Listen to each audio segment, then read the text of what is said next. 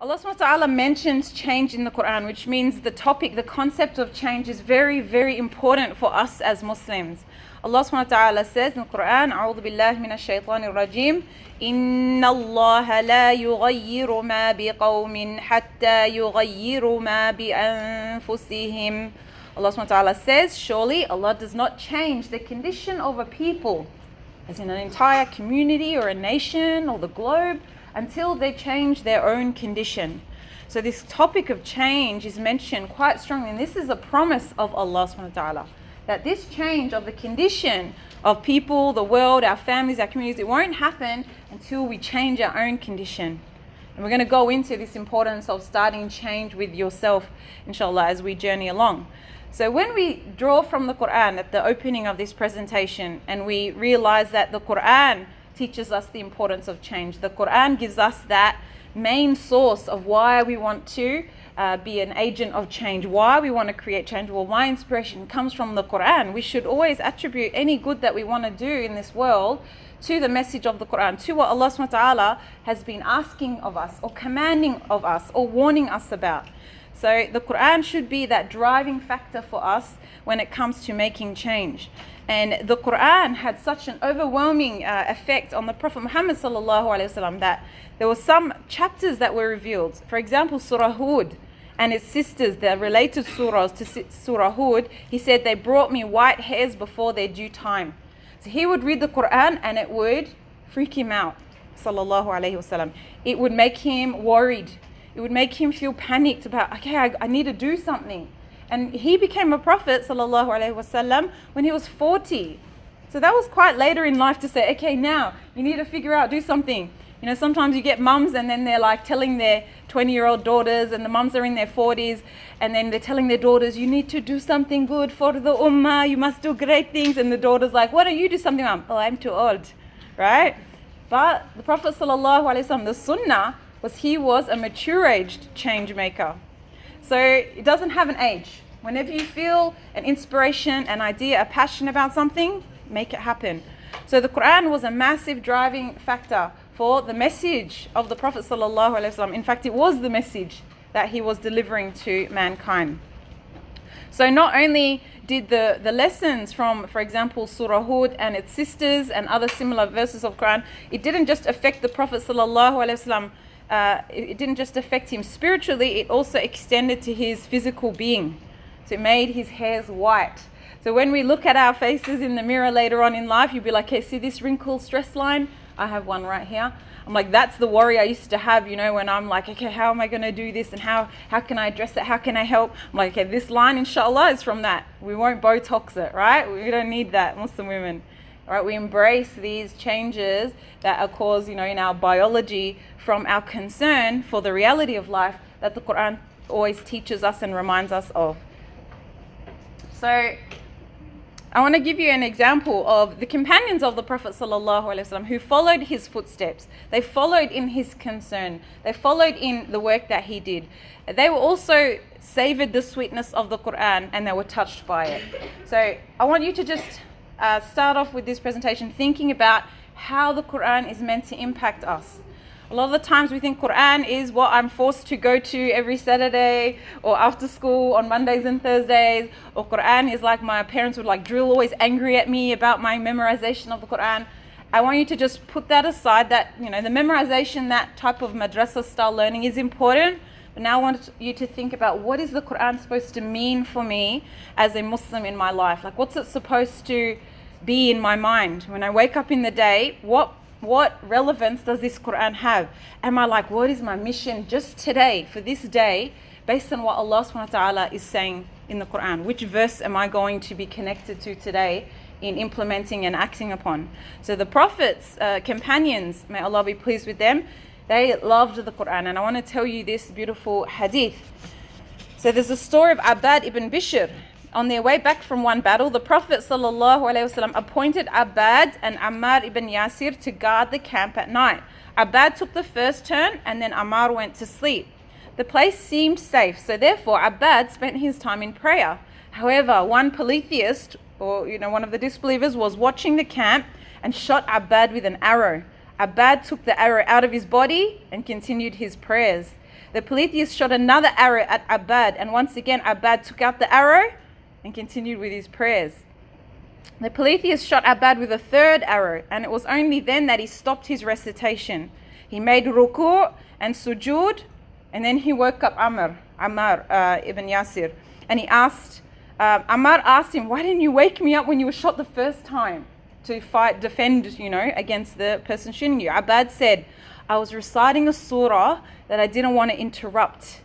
But when the polytheist attacker kept shooting me, I woke you up. By Allah, had I not feared the task of guarding the camp assigned to me by the Prophet would be jeopardized, then I wouldn't have stopped reciting until I'd finished or until he had finished me off. So how important was his recitation to him? How important was the meaning of what he was reciting to him? He was being shot, and he would have continued happily being shot and pulling out arrows until he died, because that surah was what mattered to him, not his own life or his own well-being. Why? Because the message in the surah, the message was his purpose. So when we read Quran, every ayah is tying into our purpose of why we're here, why we're alive, and what we're meant to do while we're alive. So when we think about life and we're stepping out into the world, we always have to think what truly matters from the Quranic message in my life. So then what happens? You have this strength to keep doing it. So there might be ladies involved in organizing these groups. They might keep going until there's one person left, and they might keep going organizing this program till it's just them, the volunteers here, benefiting from the program. They keep powering forward. It doesn't matter how tiring it is to organize events and hard. I know how hard it is. I did it for many, many years in an Islamic center. It's very draining. But why? The vision. I'm going to do this to my last breath because it's my mission. Right? And that's what we want. Whatever age you're at, what can you do for the deen? What can you do for your deen? What can you do for your spiritual benefit, and not give up on it, inshallah. So let's have a look at this term, because my request was to do a talk about being a change maker and what does it mean. So what is a change maker? A change maker, it's a term coined by a social entrepreneurship organization. So basically a business, someone's business that helps to benefit people socially. So it gives back. So it's a business that gives back. It's called Ashoka, and it means one who desires change in the world and by gathering knowledge and resources makes that change happen. So if we look at that definition, this could be any of us, right? Do we all have the ability? Someone who desires change. You just want to make the world a better place in whatever small way you can. And how do they do it? They gather knowledge and resources, right? They turn it into something. They start making it happen. Okay, through that effort. So this could be, is being a change maker only a select special people, talent, people who get A+++ in their exams? It's not. It's anyone with a desire to create change, and then they go and collect knowledge and resources to make it happen. So it could be anyone. It could be you. So what kind of change do change makers seek? On the first part, the only change that really matters for a change maker is usually social change, to change something in their local or global society, or any type of change that's going to help people. Change makers can be described as social entrepreneurs, activists, or any number of titles, but there's not a really decent description aside from this. This is probably one of the best descriptions of it. So they want to achieve change that will not only change the state of man, but also reach as many people as possible. So there's one main difference between change makers and the rest of the world.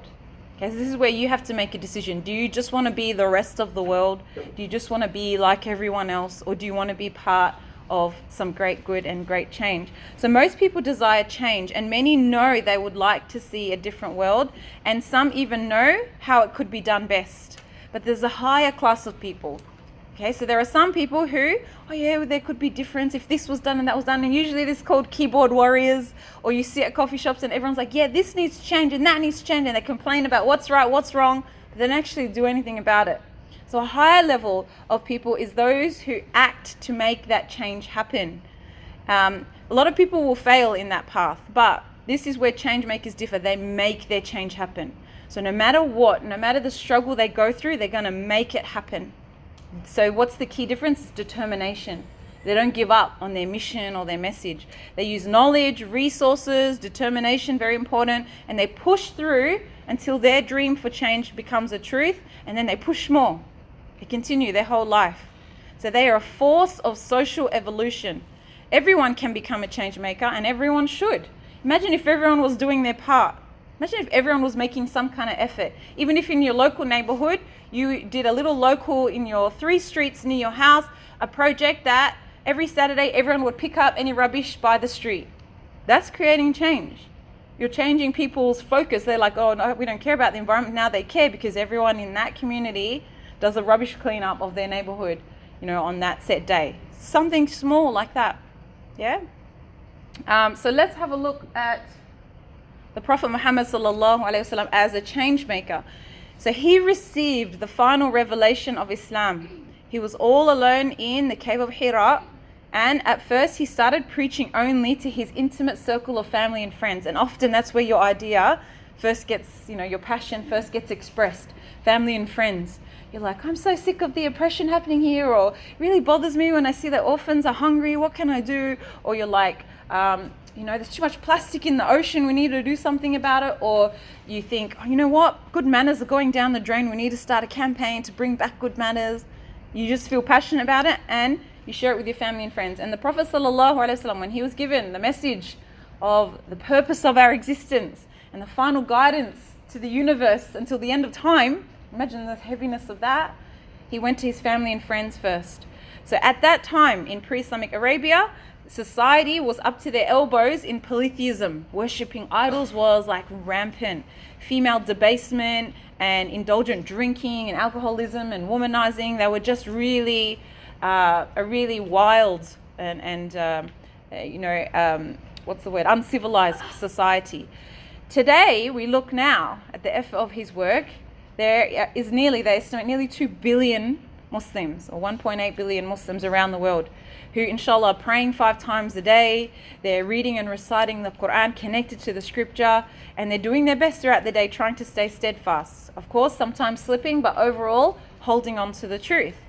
So these examples show us that reciting the Quran for them wasn't just like lip service. It meant something, and it created a change which has reached all the corners of the globe, subhanAllah. So this was the effort of the Prophet ﷺ and his companions. So if we look at the Prophet ﷺ as a change maker, his driving force was the Quran and its message, and his companions rallied behind him in that message, and the Quran was able to revive people's hearts and reform their minds. People changed from the message of the Prophet ﷺ and what he was calling to because of the Quran. The Quran is the transforming factor, subhanAllah. So if we look at change makers throughout history, who would you guys say are some? Any that you can think of. So I'm going to give you a minute to just chat beside you. You can write it down. Try to come up with like 5 or 6 different change makers. Muslim, not Muslim, from recent, from way in the past. Just write some down, inshallah. So do that for a minute or 2 and then we'll share them.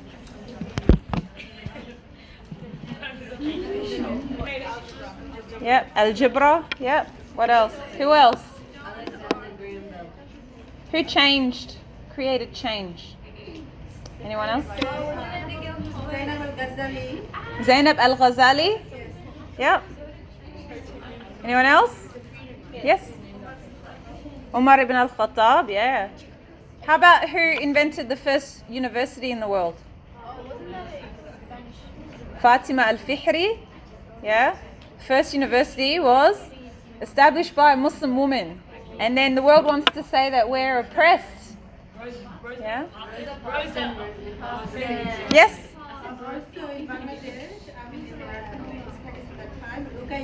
Mm-hmm.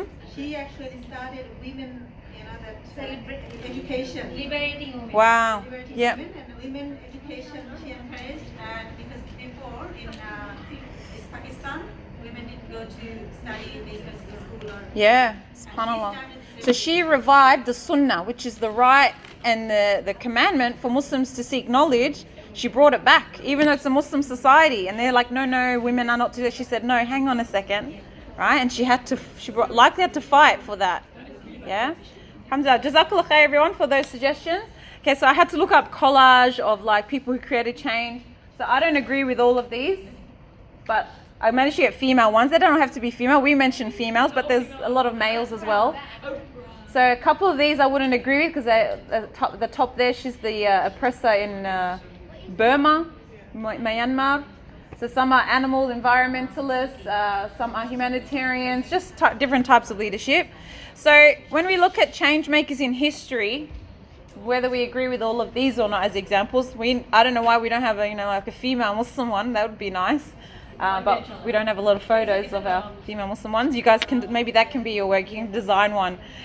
What traits did the change makers that you guys mentioned and maybe some of these have? What was the traits? I want you to think about what were the traits of these change makers? Yes. They were ambitious. They were ambitious. Yep. Perseverance. They never stopped and kept going. They never stopped and kept going. Someone had their hand up? Yes. They were determined. Yep. Yeah, they're passionate and believed in what they were doing. Yep. They had strong voices. Strong voices. Yeah. Outspoken. Yeah, good. So, yes. Yeah, no. Brave. Brave. Yep. You forgot yours? Oh yeah, they had a purpose. They had a purpose. Yeah. Yes. They were smart. Yep. Do you need to be smart to be able to create change? You don't need to be a brainiac, but it helps to be smart in ways, maybe smart people skills or smarts in life skills or smarts academically. So it doesn't have to be one type of smart because we're all intelligent in different ways. Yeah. So you guys know what traits are required. You didn't need to interview each of these or the ones that you mentioned. You know in your mind that, okay, I think that this is what I see they had in common. So if we look at those traits, do you need to get a certificate to have those traits? Do you need to pass a test? Do you need to run a marathon to get those traits? Those traits are a decision. I'm going to do this no matter what. I believe in this. I have conviction. I'm going to persist. I'm going to be brave, right? Be brave even though I feel fear. Doesn't mean not having fear. Yeah. There's this beautiful saying, it's courage is not the absence of fear. It's the ability to act despite your fear. So I do a lot of things that I feel at the time, I'm so scared. People ask me, can you do this? Can you do that? Or run this? And then I'm I'm scared. That's out of my league. And I'm no, I have to be brave to get my mission out or express what I believe is important for us to be reminded of. So you guys see the traits and you know the traits that change makers have. Now you have to ask yourself the question, can I have these traits? Can I exemplify these traits? Can I instill these traits within myself when I do, or if I already have what I know my change making, pathway will be? So I want you to reflect on that, inshallah. So let's have a look at Muslims as the next generation of change makers. I found this beautiful article which mentions Shalina Zahra Jan Muhammad. She's a British writer and she's written a book called Generation M, Young Muslims Changing the World. I really want to read it actually now.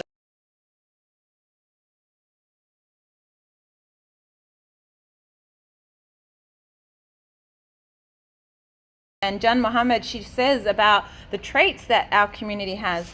So Generation M are the Muslim millennials, the global generation that's been born in the past 30 years, but it's with a twist. So unlike Christian counterparts in the US and Western Europe, many people who have grown up Christian in the last 30 years, a lot of them are actually turning away from organized religion, which is why we see there's a lot of the rise in atheism. A lot of people who were raised Christian, they're no, that's backward and it's so old school and we don't want to be religious anymore. Alhamdulillah, Generation M, our Muslim community, has one overriding characteristic, which is that they believe that being faithful and living a modern life go hand in hand, and there's absolutely no contradiction between the two. So we know what we're empowered with is that as Muslims, we can still practice our faith properly, we can still dress the way we want to dress and worship the way we know we should worship, but we know we can also be modern. We can be high-tech, we can be really educated, we can be fun, we can be trendy, but we can still be very religious at the same time. We don't see a conflict between the two. Whereas other religions, particularly as Jan Muhammad mentions about the Christian counterparts, they kind of don't want to be religious because they think it conflicts with being in the modern world. But Islam is a beautiful thing that adapts and changes according to the modern times. So it's universal. And this is why we know that this was the final message of the Prophet Muhammad sallallahu alaihi wasallam in the Quran, was the final guidance until the end of times.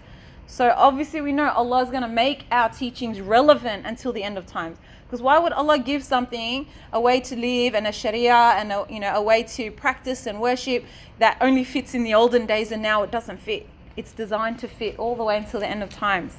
So in the book she writes, their faith affects everything and they want the world to know it. This is what sets them apart from their non-Muslim peers. It's the single factor that will shape them, and a world that they are determined should cater to their needs. They are a tech-savvy, self-empowered, youthful group who believe that their identity encompasses both faith and modernity.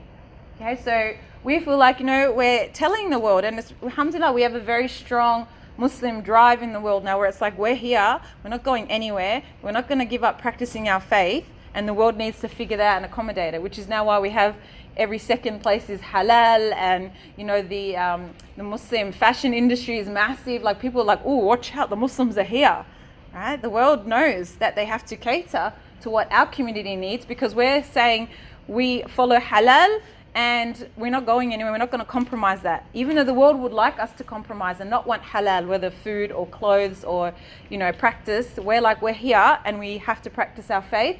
And so places around the world are accommodating for us. Alhamdulillah. What honor Allah subhanahu wa ta'ala gives to our community. So if we look at the predicted future, the demographics depict an extraordinary trajectory. In 2010, there were 1.6 billion Muslims in the world, a figure forecast to grow by 73% in the next 4 decades, in the next 40 years. More than double the general rate of growth. We're going to grow in number, double the standard numbers of society, our community. By 2050, according to the Pew Research Center, there will be 2.8 billion Muslims globally, more than a quarter of the world's population. So our community is going to grow. You guys are like, oh my gosh, that's like in my lifetime. And you're like, that's if I have like 2.5 kids, there's still going to be that many Muslims. Alhamdulillah, the Muslims embrace having families and big families. And inshallah, we're a healthy, lively community. That's why our population will inshallah grow. So if that is the growth that's going to happen in the next 40 years, inshallah I'll be here in the next 40 years if I look after my health. You guys will be like in your late 50s, yeah? You'll be grandmother mode, just about to enter your grandmotherhood. Yeah? So at that time, there's going to be 2.8 billion Muslims. It's going to be a very big, busy world, and there's going to be a lot of, inshallah, influence and power that the Muslim community have based on what we do in the next 40 years, based on what each and every one of you do in the next 40 years. So now the question is, in that number, in that growth, what part will you play? And this was predicted, how Muslims will be everywhere. It was predicted in this hadith of the Prophet Muhammad sallallahu alaihi wasallam, where he said, it is near, at his time, 1400 years ago, he said, it's near. There's a time coming where the nations will call one another against you, just as the eaters call one another to their dishes. Like, we're going to be eaten, like people will eat from a feast. Like, we'll be kind of like attacked or, destroyed or, oppressed. And then someone asked, is this going to happen? Are the Muslims going to be attacked and overwhelmed because we're few in number, because there's not many of us? Maybe that's why. Because this is the companions at that time. They couldn't imagine that Muslims would be preyed upon or attacked. Is that because there'll be only a few? And the Prophet said, no, that day you shall be numerous. You'll be like the foam on the sea. And Allah will take fear of you away from your enemies, and will place weakness in your, it's supposed to say hearts. Somebody asked, what is this weakness? It's known as wahan, the Arabic word. And the Prophet ﷺ said, love of the world and dislike of death. Okay, so the numbers the Prophet ﷺ predicted will have a lot of Muslims. But now the concern is they'll be like the foam on the sea. And we have to decide, what part will we play? Will we be the foam on the sea? These people that are just so many, but people take advantage of them and they're getting killed, bombed and abused and oppressed. And we go to the workplace and we don't say, I need a place to pray. I'm going to do it in my break. I'm not going to impact the workplace. Or do we just shy away? We're hiding. We're not strong to show what we need to do for our faith. Will we be the foam on the sea, or will we be the ones creating the waves? And if you're a change maker, you want to create the waves for our ummah to sail on the sea, versus being the foam on the sea, as the Prophet, peace be upon him, he predicted this. Whenever I read this hadith, I'm like, he says we're going to be like the foam on the sea. I'm like, I'm not going to be the foam. No way. I'm not going to be the foam. I refuse. If we learn this hadith, what's a hadith, the Quran hadith? We're supposed to learn it. And you're always making a decision. Am I this or am I not this? Do I want this or do I not want this? I read this hadith, I don't want this. What's the cause of being the foam in the sea? The wahn, the weakness, love of the world and fear of death. So I'm like, okay, number one, make sure I don't love the world too much. Because this is not my ultimate destination. This is just the train ride to the akhirah.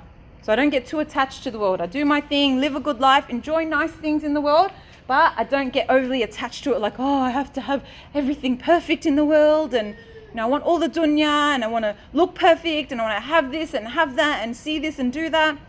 And the dislike of death. I have to live every day, not trying to pretend and run away from the fact of death, but realizing death is going to come at any minute. So what does that mean? I've got work to do. Because I want to die doing something that is pleasing to Allah. I want to die, and Allah's like, that day she was striving for me, and the day before, and the day before, and the day before. So these two things we want to combat so we don't become the foam on the sea. But you have to make that decision. No one can push you into it. Your parents can't make you do it. You can't fake it because all your friends are also doing it. You have to say, I'm not going to be the foam in the sea, even if that means standing on my own. So you have to ask yourself, what part will you play in the growth of the ummah? 2.8 billion Muslims. We want 2.8 billion game changers, change makers. Yeah? Not people who are the foam on the sea. And one of my favorite speakers, Sheikh Khalid Yasin, he said, we've got, at that time, he said, we've got 1.6 billion wet matches. What do you do with a wet match? Can you light a spark? You can't even light a spark. The match is there to create fire, to create warmth and sustenance and security, but the matches are wet. So us as Muslims, largely at the moment, we're like wet matches. If we want to light up our spark, we need to dry off and start thinking about how we want to create that fire, the fire of change, not the fire of Jahannam. May Allah protect us. So the face of change. Who is the face of change? So again, from this article in The Guardian, rather than being downtrodden and subjugated, Muslim women are experiencing increasing empowerment in education, employment, public life, marriage, and childbearing. And that's Jan Mohammed. She says, if we were to pick a face that captures the global pace of change, it would most likely be a Muslim woman. She's part of the largest population, because there's more Muslim women than Muslim men, in nations where change is happening fastest, and in the segment where change is most potent. In short, Muslim women are where it's happening. So even now, we're sitting here, we're like, okay, inshallah, I marry a guy who's like a change maker. Inshallah, my sons will be change makers, or I will support my husband to make change. We don't have to handball it. We can also create that change. We can lead change, and our families can follow us. Our sons can follow us in that creating of change. So Jan Mohammed says that it's women in terms of the largest population. And I read a statistic that in the US, it's the Muslim women who are graduating with better grades in college and getting better jobs. They're doing really well. They're surpassing the men, Muslim men, and they're surpassing general society statistics. So they're doing really well, subhanAllah. So we are a very resilient community. And we know as Muslim women, maybe of all communities, how much we have thrown in our path from cultural backwardness expectations, from certain types of oppression that are pushed on Muslim women globally, the things that the non-Muslim says about Muslim women. Sometimes when we look to our communities and our homes, everyone's saying negative stuff to us. You can't do this, you can't do that. Then we go out in the world and they're like, you can't do this, you can't do that. And we're like, what? We're getting sandwiched in the middle. But what that does is teaches resilience. We end up smashing through both of those sides and creating amazing change as what's captured here. So what's meant or designed to kind of squash us down, we're still coming up out of that. So it gives me goosebumps actually. So you realize how strong, subhanAllah, Muslim women are. And where do most Muslim women get their strength from when they're faced with the cultural communities and some of the oppressive things that happen in Muslim countries or by wrong Muslim leaders? And what the world says, Islamophobia, we get the attacks, we get sworn at, we get all this stuff. We're the most, ostracized females in the community. We're squashed by those two. We derive our strength now from what Allah subhanahu wa ta'ala says to us, who He says we are, how He honors us through, again, the message of the Quran, How Allah always says, believing men, believing women, and about honoring women. And Surah Maryam, a whole chapter praising this beautiful, strong woman. Asya, the story of Asya, and she stood up to the Pharaoh, the biggest oppressor on the time. That's like being married to Donald Trump. And you're like, you can do whatever you want to me, Donald, right? Stand up to him. So these are the examples we have. So we draw strength from that. Everyone can say and do what they want. We're still going to push through because we're not just little minions, we're not like little robots. Oh, we're just going to, whatever someone does to us, that's who we are and that's where we are. We're going to push forward because we know Allah subhanahu wa ta'ala holds us in very high esteem. So the face of change is Muslim women. So I'll tell you a little bit about my background and how I got to where I am now in terms of my business, developing diamonds, and what I'm pushing in terms of Muslim women and youth owning their identity. That's kind of like my, inshallah, global campaign, pushing people to own their identities in who Allah subhanahu wa ta'ala created them to be. So I started off born Muslim. My dad's a convert to Islam, and my mum is from Christmas Cocos Islander background, which is just under Indonesia. So I've got a mixed race background. Even my mum and dad's coming together was difficult because of the racism of my mum's family being against white people and not trusting them. But alhamdulillah, my dad embraced Islam, proved to be, alhamdulillah, like a true Muslim, and raised us in mostly an Islamic life. It took a while for them to actually learn and practice both of them together. But alhamdulillah, they ended up being a good example and inspiration for us. Within my family, though, within my best friends and the local neighborhood I grew up in Western Australia, in Perth, very small Muslim community back when I was growing up, most of the people closest to me got involved in drugs, partying, and the worst of life. My brother just got put in prison again on Friday. My mum is raising his baby. I have the most colorful background in my family. People think, oh, Islamic speaker, she must have such an Islamic family and background. I have massive struggles with trying not to, lose focus on what my personal mission and goal is as a believer, and not to get caught up in the pain of what happens in my family. Is that I lost my best friends, Muslim friends, to drug addiction as well. And that stuff was always all around me, always saying, come to this party, come, this guy likes you, come do this, come do that. And I had to choose a different path from where everything else was pulling me. And alhamdulillah, I made a decision to get married quite young. I had my first baby quite young. So she's a teenager now, alhamdulillah, and I have 5 children now. And in my early, I think I was about maybe 19, I went to a lecture, and it was by Sheikh Khalid Yassin, and I watched his lecture. I bought the DVDs on that night. I bought a whole bunch of them, and I watched them all, and I cried like my chest became so tight, because what he gave in those talks was reminding me of the bigger purpose, which I knew that we had to try to be good and true to Allah subhanahu wa ta'ala, but I always felt unsupported in that. I always felt like I was the only one. But when I watched those lectures, I was like, oh my gosh, life is beyond so much more than what we even think is right in front of us. It's such a big picture of reality that we're not seeing, or that we don't want to see. So after I watched those lectures, and I joined alhamdulillah Quran Tajweed class and studied under a teacher for about 6-7 years, and got ijazah to teach Quran as well. I journeyed through that. That kept me grounded, because I'd still have family stuff going on everywhere. But every Monday I'd have a 2-hour Quran class. I'd have to drive all the way there. I'd sit in that class. Sometimes I didn't do my homework. Sometimes I had a baby with me, and sometimes I just finished like on the weekend with my family and barbecues and beach and all this stuff. And I'd go on that Monday Quran class, and I'd be like, subhanAllah, like wake up check again. It would just keep waking me up every Monday for 6-7 years, like training me. And this is what I say about the Quran, is this massive training, transformation of your heart. So after a while, I started to think, okay, I would lay at night and I couldn't sleep, thinking I'm supposed to do something. I need to do more. Like I couldn't figure out what it was. And I decided to start a youth group for girls. So I started a youth group, did it for a few years, and then it stopped. And then a few years later, one of the mums in the community, she's like, we need you to start a youth group. Like our girls need it.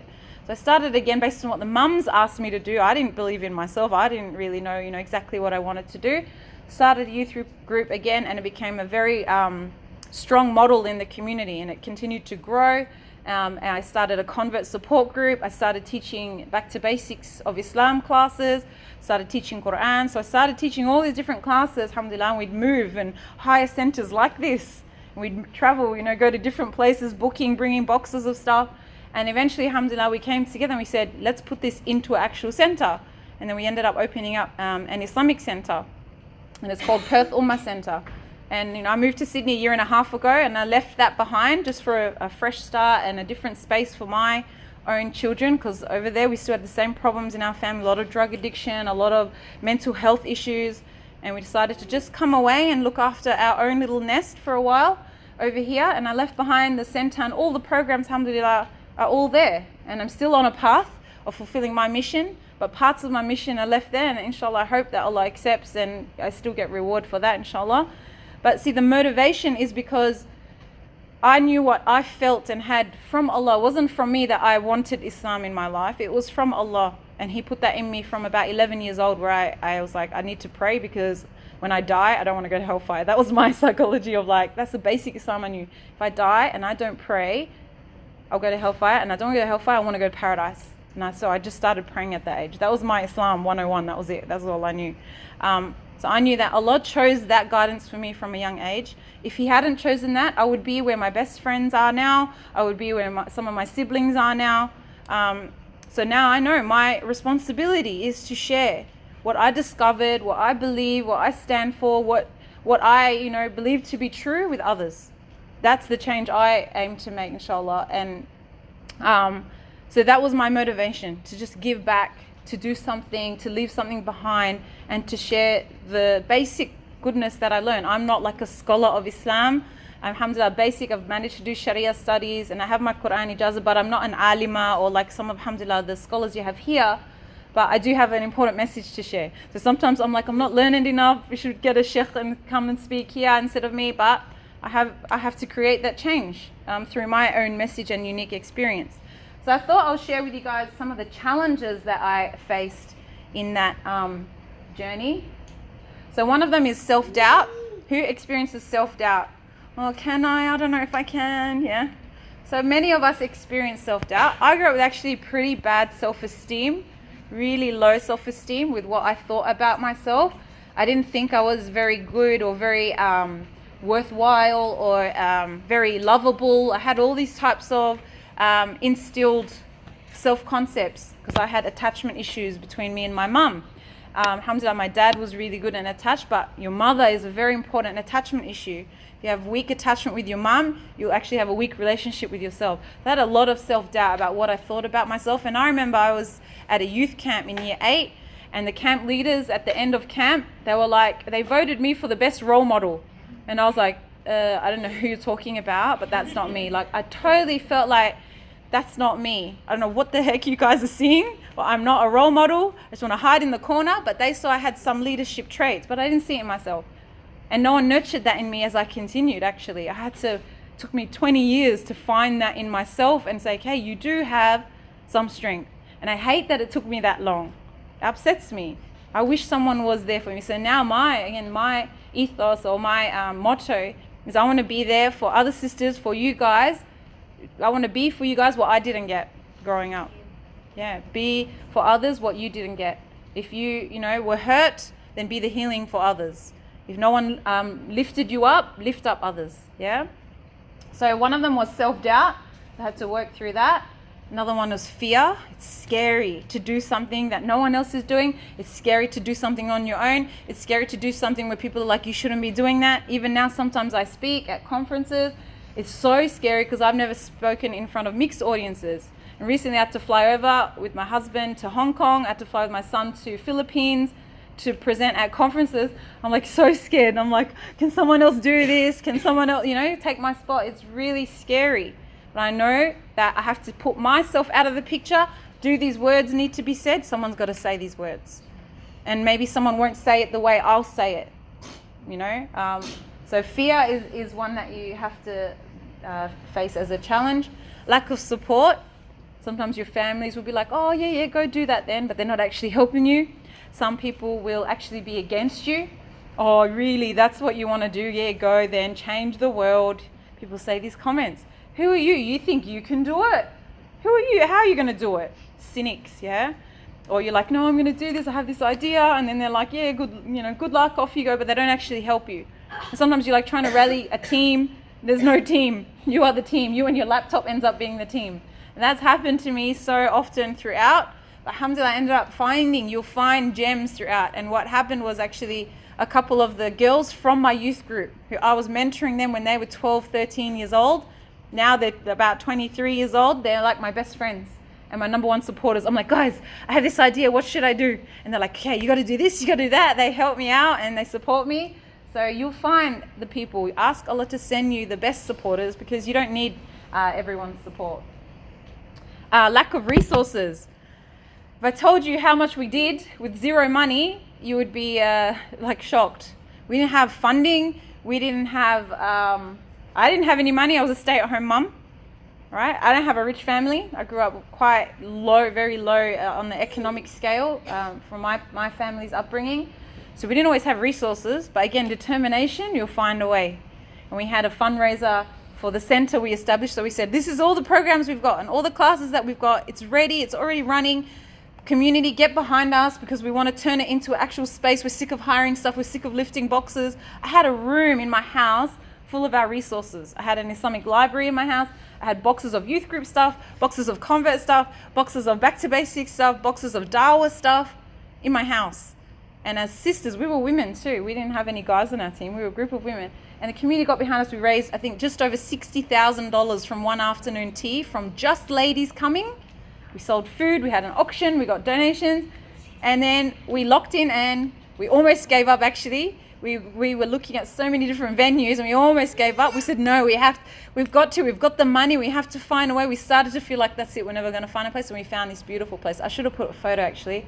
We painted it turquoise blue to match the logo. We had chandeliers and beautiful couch and a playroom for the kids. It was really nice, subhanAllah. So lack of resources is a massive one, but that's just one obstacle, inshallah, that you can get past. Lack of experience. So a lot of the time, like, I'm not good enough, I don't know enough. How am I going to do this? I have no idea. I've never done it before. I hadn't done like project management at uni. I hadn't done business management at uni. I hadn't done community at uni, community services and designing infrastructure, but I ended up having to manage and head a community center and run and design programs. And subhanAllah, up till now, I didn't do any specific studies for the leadership and management that I have. And then, just recently I got offered a job by an organization without any fancy qualifications. And, they hired me to run one of their projects that they got a grant from the government for $100,000. They're like, we want you to do it. You're perfect for the job. So again, experience will build through just volunteering. And that was my 12 years of volunteering in the community became my expertise. So you can get there, inshallah, even without experience. Time and energy consuming. This is the hard bit, right? It will take a lot of energy. How many nights I stayed up till 2, 3 a.m. planning things, writing things, programs, marketing, designing things, being away from home, having to drive. I homeschooled my kids as well. So I was like juggling between homeschooling, finish homeschooling, then I'd have to go out and do community work. I had to miss out on, dinners with friends and coffee dates and shopping and all of that, because you're servicing a community need or a cause to make change. And loneliness, very lonely journey. Sometimes you're like, oh, I just wish I had someone that was like my twin, like my buddy who just gets it, that they understand it, right? You'll feel lonely in your journey towards creating change.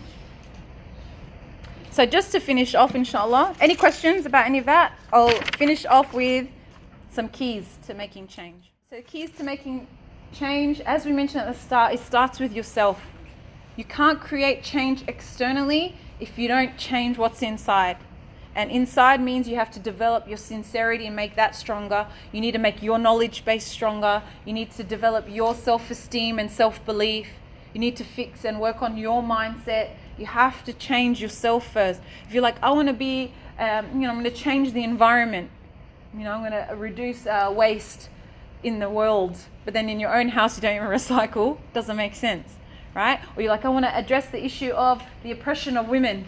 But then in your own house, you like telling your daughter, you have to do the dishes, boys don't have to do chores, right? So you have to start with yourself and practicing that change yourself. Change requires knowledge, awareness, and open-mindedness. You have to be ready to adapt.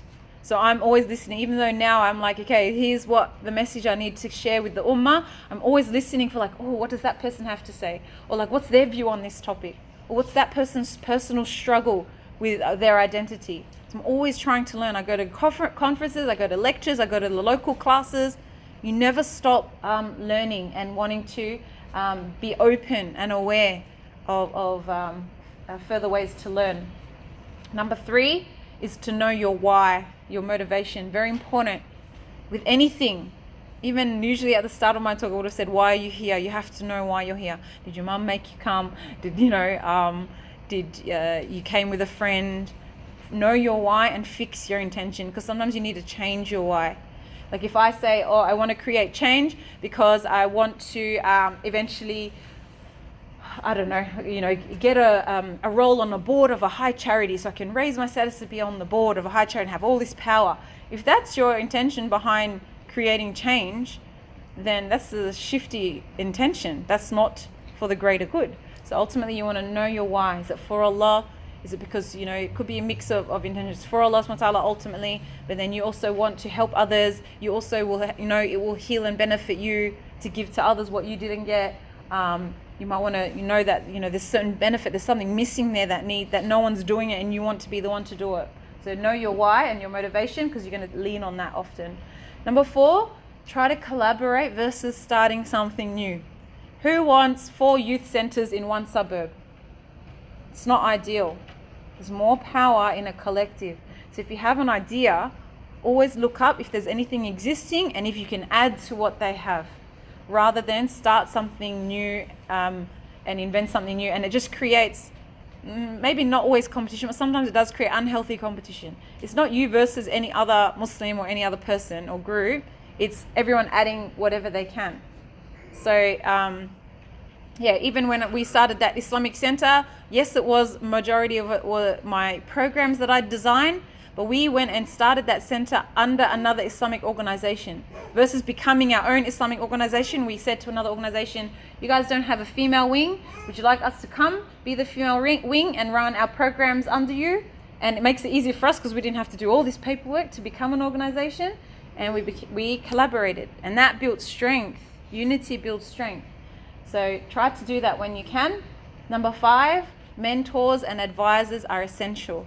Just like I said, my journey, one big part that was lacking was mentors, especially from early on in my life. If I had mentors training me and coaching me, like how to build on what strengths I had and ideas I had, I would have done a whole lot more way earlier. Like I wish I was standing here in front of you 10 years ago, So mentors and advisors are essential. I always encourage people, because every time I did find a mentor, I just really pushed forward, because it helped me to believe in myself more, to be able to do more. So mentors and advisors, getting that nasiha, wisdom from someone who's done it or is doing it. Make sure that what you do is, number 1, permissible. It's permissible Islamically. Yeah. So, you don't want to be part of a cause that is promoting something impermissible. What's an example? Like Bacon Eaters Society or something, right? The right to eat bacon. Like this is probably not permissible. There's so many other examples I could give, but there are a lot of movements now, or a lot of our Muslim girls, I get calls from mums. My daughter's joined this group, which is pro XYZ, and I'm really concerned, and she's supporting this community. That is not what we stand for. So make sure that what you're standing for is permissible, and make sure you're passionate about it. If you're part of it and you're like so bored, it's about, bricks should all be yellow society, and you're like, yeah, bricks should all be yellow, then our houses will all look the same. You're like, oh my gosh, it's so boring. Make sure you're passionate about it. Don't just jump on board because everyone else is volunteering or helping out. So this is for number 7, which is drop the expectations of others. When you worry about others' expectations, what others say you should do, you're going to be paralyzed. And read this quote. It's a bit tricky. I had to read it a few times. I'm not that bright. Loyalty to a petrified opinion never yet broke a chain or freed a human soul. If you are loyal to people who say things about what you should or shouldn't do, or their views, and they don't do anything. They're petrified, they're scared, so they don't actually make change, and they try to push that on you. Their views never broke a chain or freed a human soul. Their views or their big opinions have never actually helped or changed anyone. So those types of people, I had this a lot. I had people around me who would just whinge about everything, and I'd come with, how about this? I'd have these ideas, I'd be like, oh, we could do this, and they'd be like, no, and they would have all these opinions, but they weren't actually creating change. I was ready to create change. Once that idea, I was like, oh, that's it, I'm going to do it, I will do it. But I had a few people very close to me that I was working with and, bumping shoulders with, who would just kind of dampen and push down and have all these comments. And then when I stopped and I was like, hang on, this person doesn't even do or create that. They're not even helping anyone. And they're stopping me from helping others because of their opinions. So I had to actually move away in terms of create space and not go to them with my ideas, because they kept like pouring water on it. I'd have a spark and then they would just put water on it. So don't be loyal to people who have petrified opinions. They're scared, so they want to make you scared to not branch out either. So drop that expectation of others, what they should say you should or shouldn't do. Of course, doesn't mean rebel against your parents and stuff, right? Your parents will be like, no, don't do that, or don't get involved. Sometimes they have the right stance, but you should seek some advice, and then, your mentors, like I mentioned, and for them to help you with your parents, so they can encourage your parents, she'd be really good in this project. We'd love to have her on board. Would you let her come and, help us design something in this project or this campaign? Number 8, find some Islamic inspirations. Very important.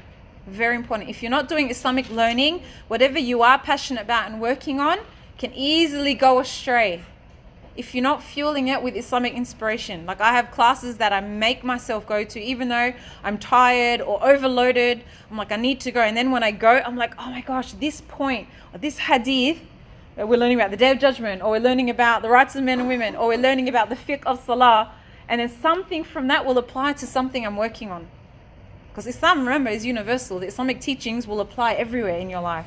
So Islamic inspiration is very important, so that as you have ideas and creativity, it guides your journey. Otherwise, it's so easy to just get caught up with the way that non-Muslims do things. Number 9, be consistent, as you guys have seen. Because if you're stop and start, nothing will actually build. You can't keep changing ideas and groups all the time. You won't grow. Number 10, if it isn't created already or there's no one doing it, lead the way. You don't always have to join or volunteer. If someone's not doing something, say, you know what, I can't find this type of thing. Can I lead it? You have to believe in yourself to be able to lead the way. Think big and believe in yourself. Very important. So think big, as in don't limit it. Okay, so you're like, I'm just going to help my local mosque and that's it. Maybe the project that you do amazingly helps your local mosque, and you can give that design to a bunch of other mosques. Think bigger. Maybe it can be a global design where other mosques around the community can also take that design and do something in their mosques with it. So think big. Don't limit like to just, that's all I can do, that's all I'm worthy of. So believe in yourself, inshallah. Number 12, be resilient. We've learned a lot about that. So resilience, if no one knows what it means or someone doesn't know what it means, it's that when you fall down, you get back up. When something gets hard, you push forward. Okay, so it's resilience, persistence, and a few more. So about your thinking big. The world as we have created it is a process of our thinking. It cannot be changed without changing our thinking. So the world as it is now is what people thought the world could be, right? Someone thought about making light globes. Someone thought about making this thing. Someone thought about making this, and they made it. We can't change the world from what it is if we're like, this is not working, that's wrong. That the outer stuff can't change until we change the way we think about it. I think we can do things a different way. It's time for change. And the final few, work with communities. So important, so powerful. Like, it's just building communities builds the entire society. 14, speak up. That's important. You do have a seat at the table, even though sometimes we're not invited to the table. Speak out if something is wrong or needs to be done. Be prepared for failure and challenges. So yes, there will be challenges, and that's when I shared with you my challenges, but there will be failures sometimes. Sometimes something totally won't work. It'll just flunk. But we know that that's part of the path, and we keep going. Have humility and integrity. Your values are so important in the journey. Not to be dodgy, not to do shortcuts, not to be arrogant and proud. Just be humble. We are all slaves made from the same dust, returning to the same ground. Well, no matter what you do or how high you get in the work that you do, we're all the same. We're all slaves of Allah subhanahu wa ta'ala, just little specks. We're so insignificant, but we're also significant with Allah, but we're so insignificant in the bigger picture. Okay, we're just here to do some work for Allah. Number 17, do what moves you. It has to move you, it has to impact you, you have to feel something. So don't just do stuff because in your mind you think it's good and it sounds good. It has to move you, it has to affect your heart. 18, just get started. Don't procrastinate. You may not have ideas right now. Write it down, do a massive brainstorm, and then set an action plan for making it happen. Number 19, don't shoot for the stars, aim for the heavens. Yeah, for us as Muslims, they tell us shoot for the stars. Aim for the heavens. Aim for your reward in paradise, inshallah, for whatever effort and sacrifice you make. And the last one, a change maker is a game changer. Okay, if you want to make change, you probably have to change the game. You have to change the way things have been done and create a new way. And especially that's the times we're in now. We're in very adapting times, changing times. So we have to be the change, of course, but we have to sometimes change the game. Everyone's doing things this way and you're like, no, it's not working. That path is not taking us to our destination. We have to change that path, change our method, change our mindsets.